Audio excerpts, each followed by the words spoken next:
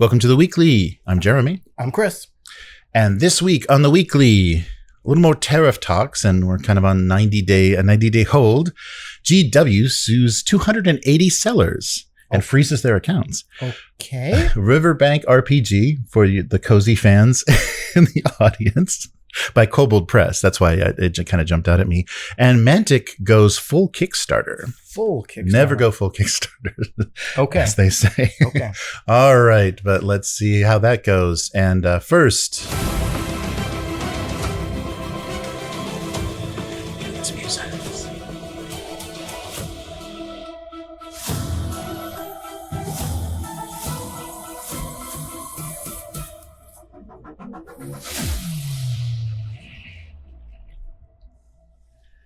All right, our Tales of the Trade War. And so we're... that was actual footage of me. Kind of yeah, I like that. That was... I wish. So, the big news is the United States and China have been in talks. They've agreed to both lower their additional tariffs by 115%. So what does... We're still just in imaginary numbers here, aren't we? Like, you raise it by this funny amount, I raise it by this. Oh. So that means that American imports are down to 10%, but Chinese imports are still at 30%. So that's not, nothing. That's not nothing. It's going to be less of an impact. There is a pause. Not nothing. It's not nothing. Hey, nothing. Pause for 90 days. So that was imposed on April 2nd. So 90 days from April 2nd, we'll see. We've got some comments from the Treasury Secretary. We do not want trade. We want more balanced trade. And I think that both sides are committed to achieving that. We would like to see China open to more U.S. goods. We expect that as negotiations proceed, there will also be the possibility of purchase agreements to pull what is our biggest bilateral trade deficit into balance, that it's gotten out of balance. So they're trying to end the tit for tat kind of, 10%, well, plus 2%, but plus 10%, when they got over 100%. And we'll see. We'll see what that means at the end of 90 days. Everyone's been holding their breath, and now there's this pause. So the excruciating, wait and see continues. I'm not going to pretend to know in depth how business works. But like other people have said online, this seems to just be like, look how much we're importing from China. Look how much we're exporting to China. That's a huge imbalance. It's like, well, okay, but look at the other countries we like. Is it a net zero thing? Like, we import this from countries that have and or produce it, and we export stuff we make to countries that don't have or produce that thing, and it doesn't have to go to the same place. Am I wrong here? Right. Yeah, but I think the weird imbalances are just they're taking advantage of the cheap labor, and in most cases, prison or illegal labor or basically slave labor. There's a lot of like child labor and things that it's really dodgy. I mean, this isn't specifically addressing this, but it is kind of forcing companies to say, okay, let's not rely on one source and giving them so much power to abuse. And China's in a weird situation where they've been successful long enough that now workers are demanding more money. So they're not the cheapest game in town anymore. They're still the most skilled. That's the thing that's making it hard to move a lot of manufacturing away from China, is they're so well educated and they're so adept at doing everything they need to do as far as the engineering and design and the electronics, that other countries don't have that educated kind of a working class that can pick that up. But I think it's good that companies are saying, let's get stuff from different places so nobody can pull those shenanigans on us where they're like, oh, well, you like your surgical tubing? I can't disagree with that, right? Like, monopoly, yeah, sure. Let's, but, okay, I'm going to get political. No, just, instead of tariffs on stuff, why don't you just go, you know what? We need to, it's going to take a decade, 15 years.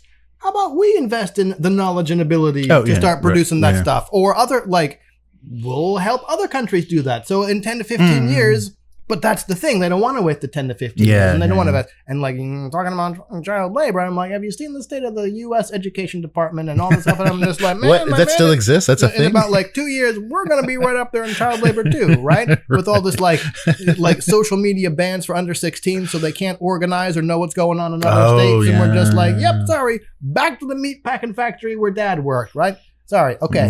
Rant over. On the game stuff. Yes. So what's happening with Cephalofair? So they talked to Price Johnson, the COO, and they're talking about Johnson. Yes. So the pause on the 145% tariff is good. They've got a ton of stuff at a Shanghai warehouse that they got to figure out how to get out of there. So Johnson said, "I'm talking with my freight partners. Half of them are telling me I'm sorry, check again tomorrow. Everything's in chaos right now and changing hour by hour. So it's going to require very quick and very thorough cost projections. Everything seems to come down to uncertainty." So this is this is a quote from the economics professor at UC Davis.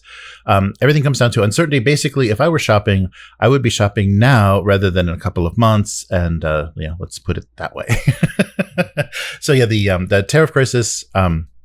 This is Johnson again. Tariff crisis is reduced right now, and the freight crisis. But the freight crisis expands. That's where we'll talk about that in a little bit too. The rest of the financial year has been decimated for us. Yeah. So the tariff thing may be going away, but now the price of freight is changing, and that's even a bigger thing that you're looking at a number beforehand. They don't give you that bill after. You're paying that before things go on a boat. So it's unlike tariffs. We'll see what happens there. Because I'm painting tiny Romans and watching Asterix and Obelix, I'm going to be a nerd here. The year has been decimated. So what? 1 out of the next 10 years has been pulled out and flogged? Okay, fine. Sorry. All right. I'm sure that joke went over like a lead balloon. All right. We got 90 days. Yeah, we're kind of waiting on the 90 days. But they were talking about... so Hatchet Board Games USA was talking to Board Game Wire. So Board Game Wire did a big kind of roundup about now what is facing the board game industry. So this change is actually super helpful for us. A 90-day pause is not long enough for us to return to business as usual, but a lot of shipping containers canceled their sailing plans, and that's a large backlog of products in China. So like in 2 months, every 2 months of shipping for every industry, and the board game industry does not have the flexibility of income to afford a shipping rate increase that larger industries can. So they're looking at, because people have kind of stopped for a little bit, that prices are just going up because they got to fill those. They want to fill those containers and pay for all that, pay for all those boats. So they're anticipating this will be like after COVID, after the COVID lockdowns ended, and we were getting our containers bumped off ships by companies that were willing to pay more. So like as in left at the port. I thought like literally dumped into the ocean. They're waiting for a ship to get on. So now that there's been kind of now it's a rush. The tariffs are okay. No tariffs. Okay, get on, everybody back onto the boat. Never really considered that. And the shippers are just scumbags. It's like, okay, they're just Why'd you point at me? I just said scumbag. It's like, who's willing to pay 200% more? I never really. Yeah, it's like the last boat out of Hong Kong. Right. Yeah, I never considered that would happen. Like, okay, like basically bidding. For a place. Yeah, because you want it soon, and the time frame is very important.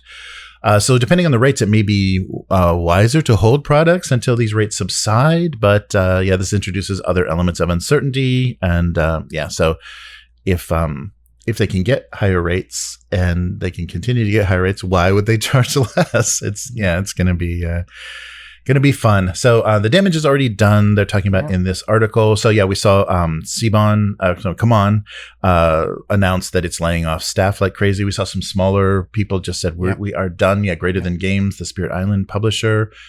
The Boardlandia owners announced that towards the end of April they had closed down their business. And then we already talked about Cephalofair. So it's nothing is good. We still have so the Stonemaier Games case. They're one of the clients still involved. They're still moving forward, and they're basically, because they're probably not going to have any damages. They're probably just wanting to get this straightened out. Like, who has the authority to do this? Isn't this something Congress or the Senate should be doing, not the president by executive order? So we'll see. And there's also a movement, which I guess Gamma is pushing forward, the trade organization for board games, an exemption for the board game industry, meaning like a zero tariff on toys initiative. so that they don't get hung up, because they do have probably all the industries kind of the slimmest, except for Games Workshop, but they have the slimmest margins in a lot of cases. All right. Yes. But so this isn't directly related, but this is another weird piece of news from the current administration.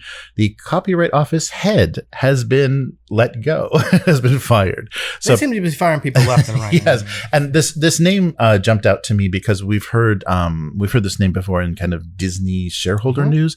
So the head of the U.S. Copyright Office basically posted a statement that was saying this is an unprecedented power grab with no legal basis. One lawmaker said they looked like they weren't going to side. They put out a statement that they weren't going to side with big tech, that they're,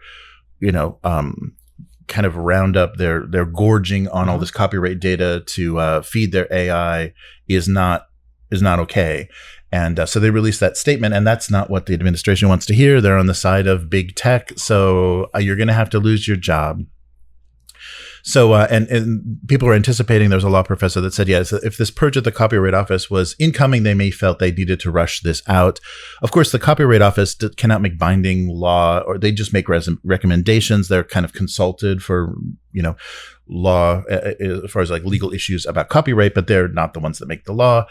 So the various uses of copyrighted work in AI training are likely to be considered transformative now. That's what the administration wants. So it's not illegal, because the thing that they're producing does not directly compete with the original.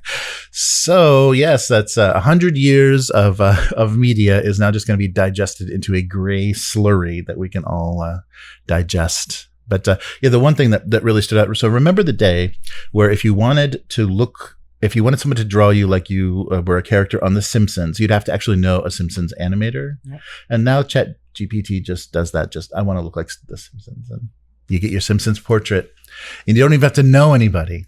So big tech companies want an exception to the copyright law to allow them just to steal all this stuff, and it looks like they're going to get it. And but the head of the Copyright Office was Shira Perlmutter, and Perlmutter stood up because I think that was one of the big Disney shareholders that was kind of battling for Marvel Comics. Like he was involved with fighting for like separating the companies out and selling off Star Wars or whatever. He was involved in a lot of legal fights. Have a monopoly? Yeah, right.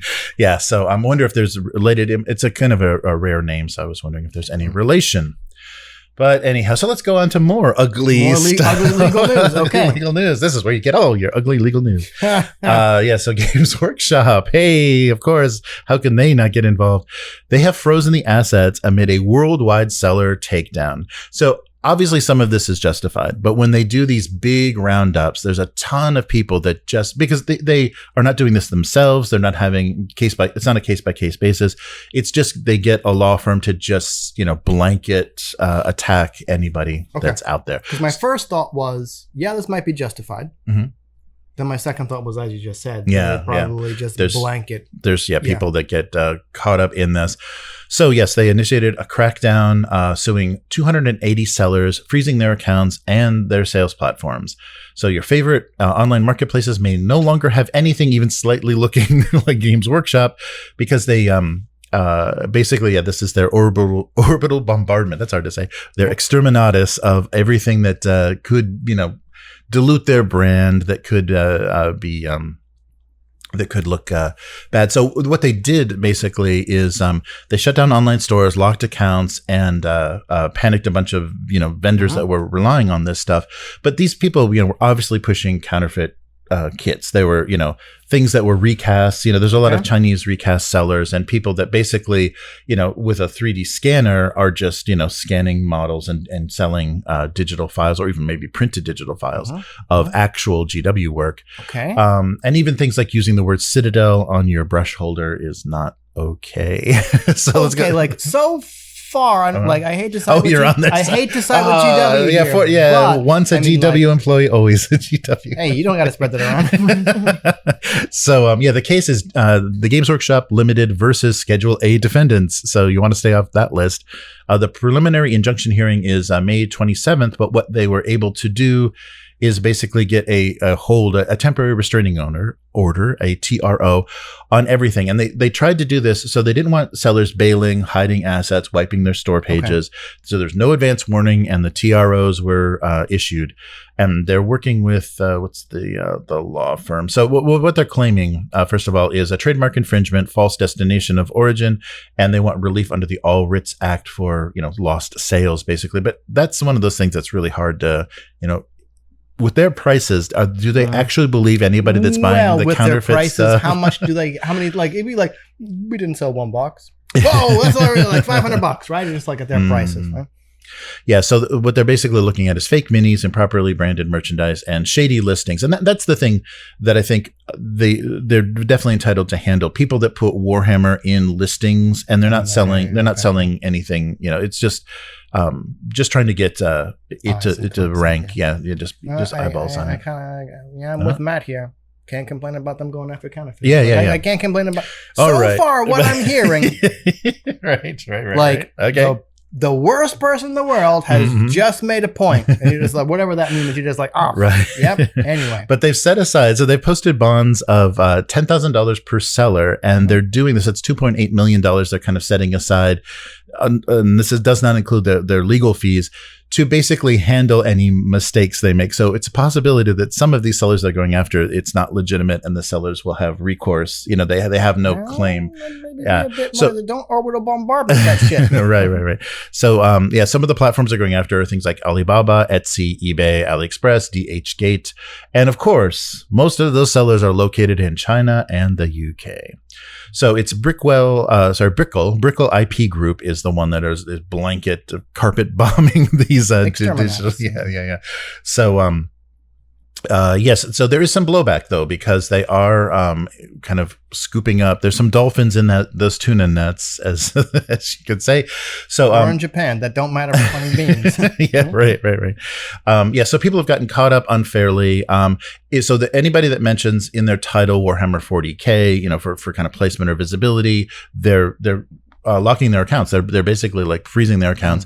Like we said, the wooden brush holder, what they use the word Citadel on it, even if it was shaped like a citadel, using official logos from the store on their store pages, obviously. Okay, yeah. The interesting thing though is because the online system is a bit more complicated, there are people that are Shopify affiliates. So they're not they're just like posting links and get a percentage of of the sales that go through those links on a Shopify account. Mm-hmm. So they're not vouching or verifying for what that merchandise is. They've never touched it. They have no claim to it, but they're also getting their accounts frozen. So anybody that has an affiliate through Shopify connected to any of these has already been targeted. So so this reminded some people of Spots the Space Marine, the infamous takedown campaign about a decade ago. That was silly. I mean, you can't. Space Marine, like, okay, you have an IP attached to Space Marine, and everyone knows GW Space Marines.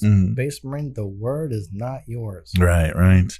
And recent YouTube copyright strikes just to take fan work and stuff down. So so printing knockoffs or slapping Games Workshop logos on a box, of course they should enforce, because that is dilution of brand and basically piracy or bootlegging, but their enforcement is pretty sloppy. So there's a comment that was on this article that said, I'm one of the many smaller sellers that got caught up in this, and honestly, it's been rather overwhelming and a really frustrating experience. UK based. Last year, I briefly ran a small Etsy shop where I sold a handful of t-shirt designs, 14 sales total, less than £100 in British pounds in profit. All profits went to a small animal charity, and the designers of the original pieces were inspired by fantasy themes, cats in armor with comical twists inspired by Warhammer and Doom.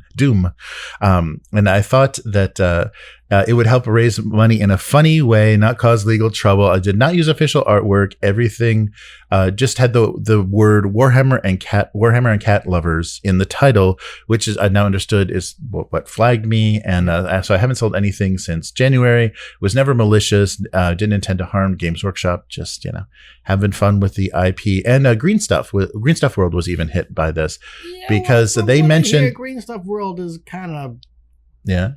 They mentioned this okay, is just because they mentioned in their branding you can paint Warhammer with it. And they're like, Okay, that's stupid. Yeah. Right?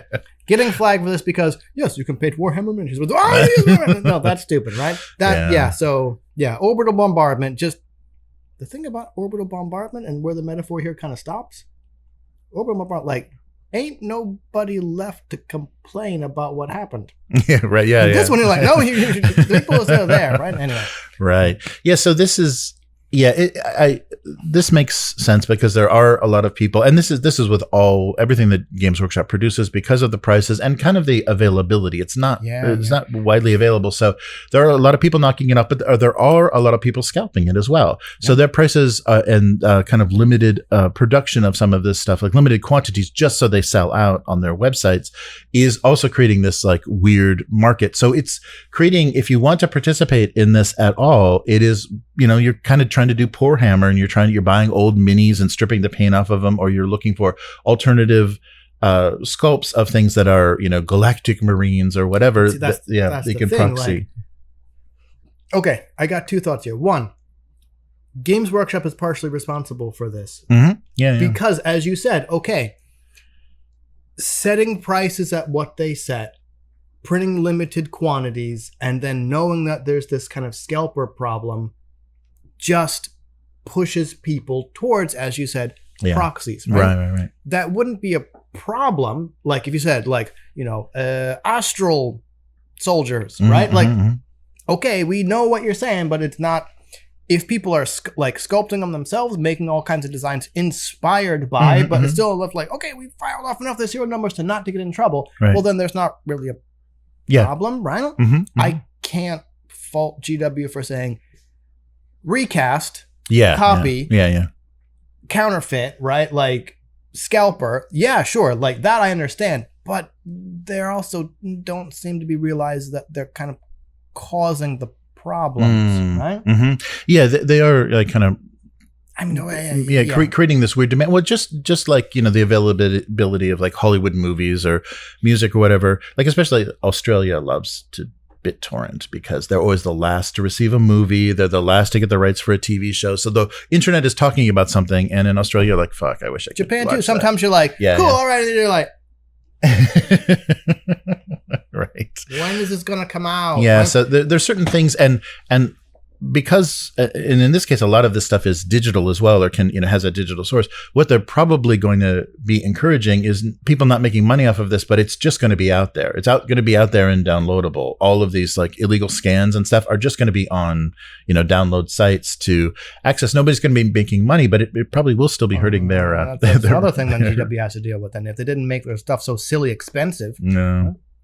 So, yeah, it's an interesting problem, and they're they need to go after, because and if you don't enforce your IPs, if you don't enforce your copyrights, that you are kind of saying, we don't care. We can lose these. Point taken. Yeah. Right? So they have to do this, but they do also have to understand that the harder, and I think that's why they use a third party. They're using like a legal service, like a legal group to do this. So it's not.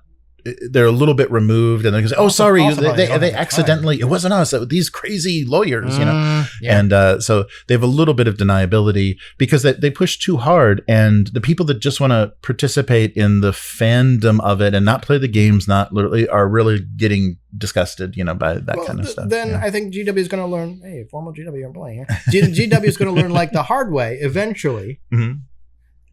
That's not the way to go about it, right? Like I don't think you want a small group of customers, right? Like you want to broaden this base out, and eventually those whales are going to get old and die. Yeah, right. Yes. Then what are you going to do? They keep trying to get their kids into it, though. That's the thing I see. Well, come on, man! Like, what GW whale has kids? They play GW. They don't even have a house. They live in their the kids don't have food, but they may have the kids. Here, like, eat these sprues, right? Yeah, we've all seen that joke, right? Like, sorry, it is. Right, it's ridiculously expensive, and given all the other options available, I kind of don't understand why people stick to GW. Yeah, I mean, sure, there's sculpt. GW, nothing wrong. Sure, GW sculpts look amazing. They're awesome. Like, last time when I pick up a box, I'm like, $75 for like this one. What? No, like there are so many other things you could be doing. Yeah, and it's just that weird future-proof pricing that they're doing, where they keep the prices like 5 years ahead of where they really need to be, just so they never lose money. Yeah, they never lose money.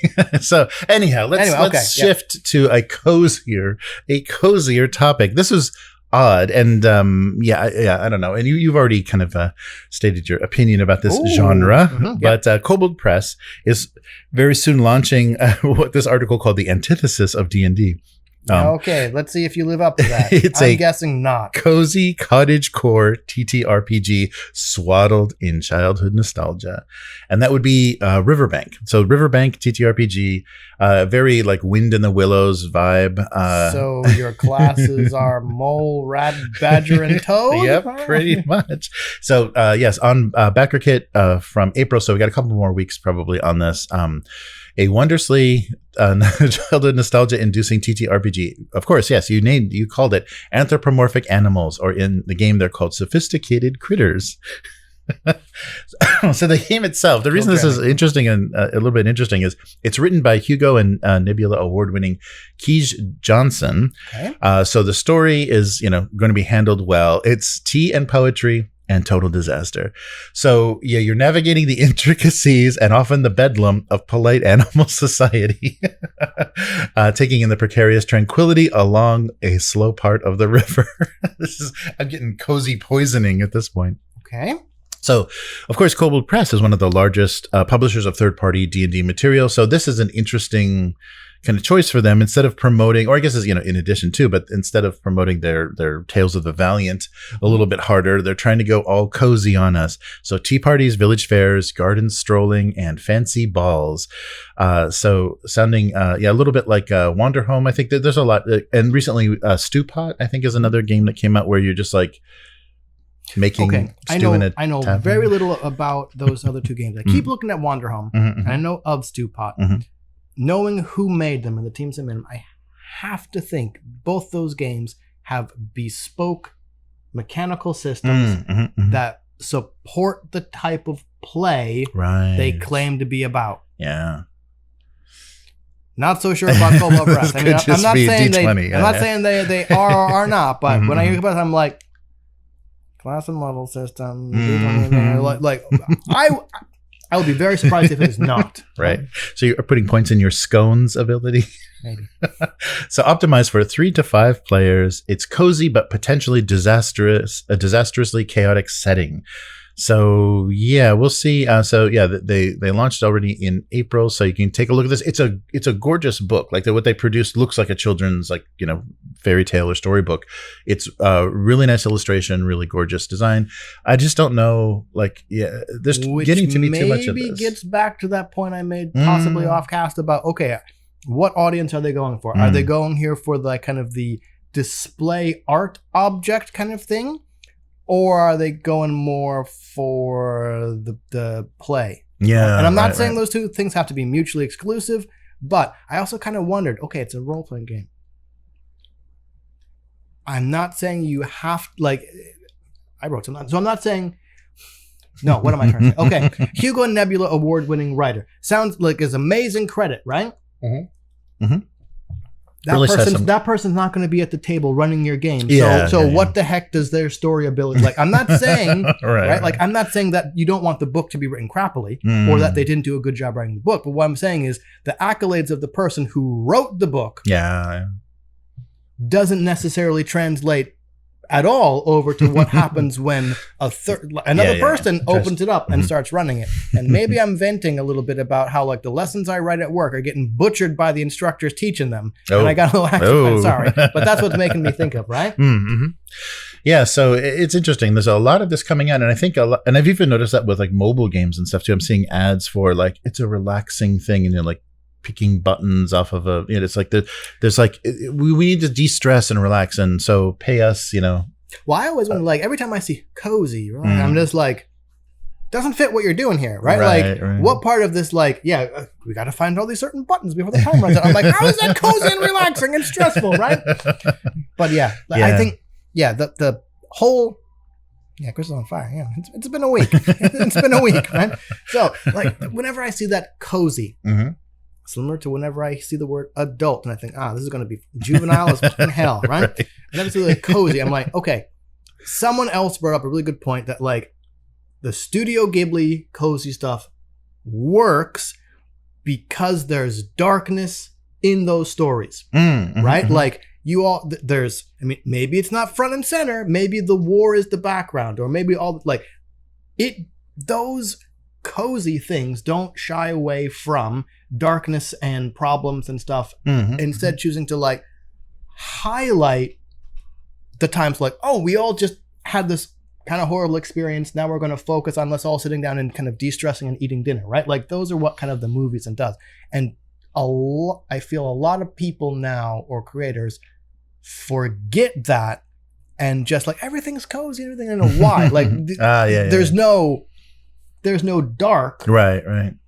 Yeah, to put things into perspective. Yeah, I couldn't understand because they kept making reference to this like disastrously chaotic, crazy thing that could happen. Let's be honest, in like this game. Total Hollywood is kind of a disaster. Yeah, right. So, so maybe, I don't know exactly what that is. Maybe the teapot breaks, or the scones are burned. Like we've said often that, right? Like, death as the failure state is boring, right? So there are any number of failure states that can be scaled to this kind of setting. Like you said, like, you kind of sound like a joke, like the tea party. Like, maybe it fucking does, right? Like, like, I'm serious. Like, you're in charge of hosting this tea party. Your own teapot breaks for some reason, right? Like, everyone's going to be like, oh, this party sucks. And your animal status, your sophisticated animal status is going to go down, right? Like, that potentially is an interesting story. Yeah, right? right. And Jeremy disagrees. I can tell by that face right there, right? But, I mean, yes, it doesn't have to be, the stoats are coming to eat Toad in Toad Hall, right? Like, no, it's just like, fear of death here is exciting, but like, if you don't follow up on it, it kind of like, we're in danger again. It becomes kind of kind of like a kid's thing where we know no one is going to die. Yeah, right. So, and again, I was watching the recent Asterix and Obelix thing on Netflix, which actually was good. Was it good? Yeah. It's but like, I started watching, I'm like, cartoon, no one is going to die. That doesn't mean there aren't stakes. And that doesn't mean, like, the stakes is someone gets hurt and isn't there to participate the next time, right? Or we're all going to have to move, or this person is going to get, right? Death doesn't have to be the only thing that's important. So I'm certainly not saying that this game can't do it, but I'm just, the mechanics better support whatever narrative it's trying to push. Right. Yeah, no, I think that's a good point. All right. And finally, an odd move, but probably smart with all the competition. Kickstarter probably decided they need to start making deals. Mantic Games is teaming up with Kickstarter exclusively through 2026. So kind of a new era of, choose your platform here. So Mantic's crowdfunding, they've had a lot of success from crowdfunding, and now they will be only on Kickstarter for at least the next 2 years. They've officially made a deal. So they've crowdfunded things like Worms, the board game, Hellboy, the board game, Walking Dead, the board game, All Out War. So they've had a lot of licensed IP stuff, which I think works well on crowdfunding. They have launched nearly 30 Kickstarter projects to date. That's and completed how many? A lot.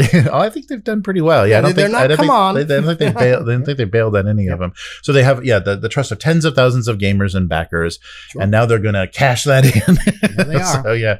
So a quote from Ronnie Renton, the infamous Ronnie Renton, the indubitable. Kickstarter has placed a huge role in bringing our visions to life, connecting us with fans all over the world. The partnership allows us to focus on what we do best, creating incredible games while using the platform that shares our passion for community and creativity. So Kickstarter definitely will give them visibility. It'll definitely give them a lot more promotion, and they already have a history. People that have backed them several times in the past. So yeah, they're going to kind of, I guess that'll give them a little bit more certainty, a little less risk if they were to move to, BackerKit or GameFound who knows if that would shake up the base of backers they already have. So what's coming up for Mantic? A couple more, or at least one more licensed IP: Assassin's Creed Animus, the board game. So the Ubisoft series will be a board game, and they're bringing back Dreadball, their sci-fi kind of take on Blood Bowl. So their ultimate sci-fi sports miniatures game is going to come back and, of course, be kickstarted. And the head of Kickstarter Games said, "We are proud to be a platform where Mantic continues to bring the boldest ideas to life. Their hybrid model of retail, direct, and crowdfunding gives backers confidence, and their games speak for themselves." And it really is. I mean, they really they really don't. I mean, they basically everything is available in every way. They get the funding from crowdfunder. They sell stuff on their web store, but it also goes to all retail outlets as well. So yeah, they've had that. Yeah, they've kind of handled that. But the thing that's always frustrating I want to root for Mantic, and they're definitely a second place and kind of maybe a distant second place. But I think they still, because they are former Games Workshop people, they still have the mentality that they're in this business, and they're not an indie company. They don't have that mentality.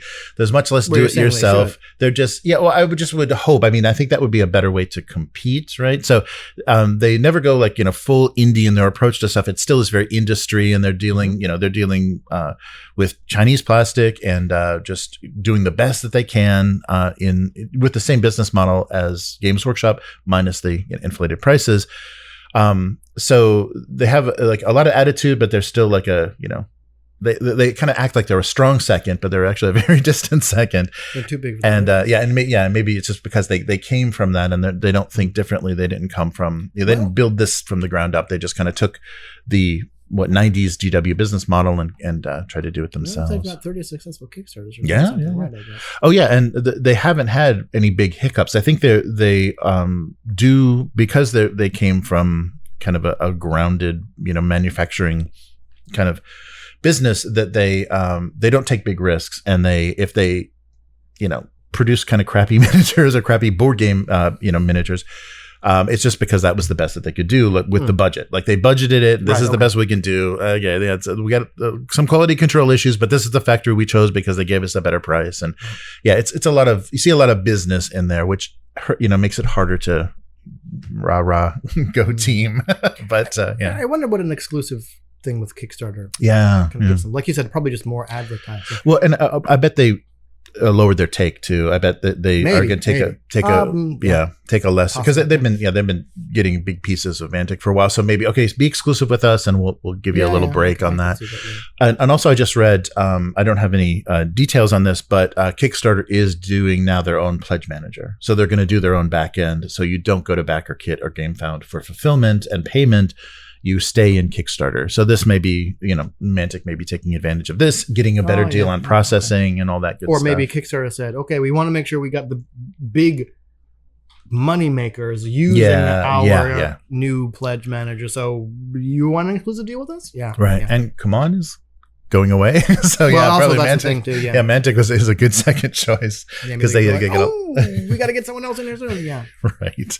So we'll see. Yeah. So that was interesting news. And the fact that Kickstarter is going to try to do it all themselves, that could mean a big shift for them. And if they have trouble, if the platform isn't good and people get, frustrated, that will chase them to BackerKit and GameFound. So we'll see how it goes. So that's going to do it for this week. Yeah. Where can people find you? Blue Sky and Instagram and select Facebook groups. Hivemind, HYVEMYND, where my latest thing last night was a multi-tweet thread about how bad Love, Death, and Robots Volume 4 was, right? Nice. Anyway. 2 for 10. Whoa. 2 for 10. Oh. That is like bad numbers, right? Not a great record. No. Yeah. Anyway. How about you? So yes, I will be doing, not this week, next week, my cartoon live stream. So Abuse Cartoons on YouTube and Twitch. I draw a single panel gag cartoon, eat some Japanese snacks from the convenience store, and basically it's a long form kind of hangout live stream. You can find that Abuse Cartoons on both YouTube and Twitch, and also on this channel. Unfortunately, I invade Upturned Table and surprise everybody on here. But just a nice hangout version of what we're doing. You can read the comic on gocomics.com/domestic abuse, and 20 years, so thousands of those little things. And but if you like what we're doing here on the weekly, consider becoming a weekling. The strongest of all supporters. So that's on the Patreon, not down here at the YouTube. Right. Yes, right. So you can do that at patreon.com/upturntable. Tell us what you want to see more of on the weekly, and also show us kind of what you want to support on the channel. Actual plays, unboxings, lore videos, all kinds of good stuff. Audio track commentary. Yes, audio. Yes. Tell us if you want to see. People seem to like that. Yeah. We should give that a shot. And yes, so Upturned Table on all platforms, social media platforms. Upturntable.com is the website. And just posted. So Astro Inferno flipped through, and then Matt did a great garage. Great. So a lot of RuneQuest. There was the Star Wars D20 in there. A lot of second edition Advanced D&D. A ton of stuff that went through. So kind of a little history of kind of a time capsule of 90s, 80s, mostly 80s, 80s RPGs. So that's going to do it for this week. And thank you to the backers and the patrons and members. And you can become a member to the YouTube channel. Everything is similar to what you get on Patreon, except the RSS feed. That's not worked out, but the audio for this live stream goes on the RSS feed, so you can listen to just that, minus the beautiful visuals. I don't think you're selling it. Oh no! and then so thanks. But thanks for all our current members and patrons, and that's going to do it. We'll be back again next week. Later, mortals. Goodbye.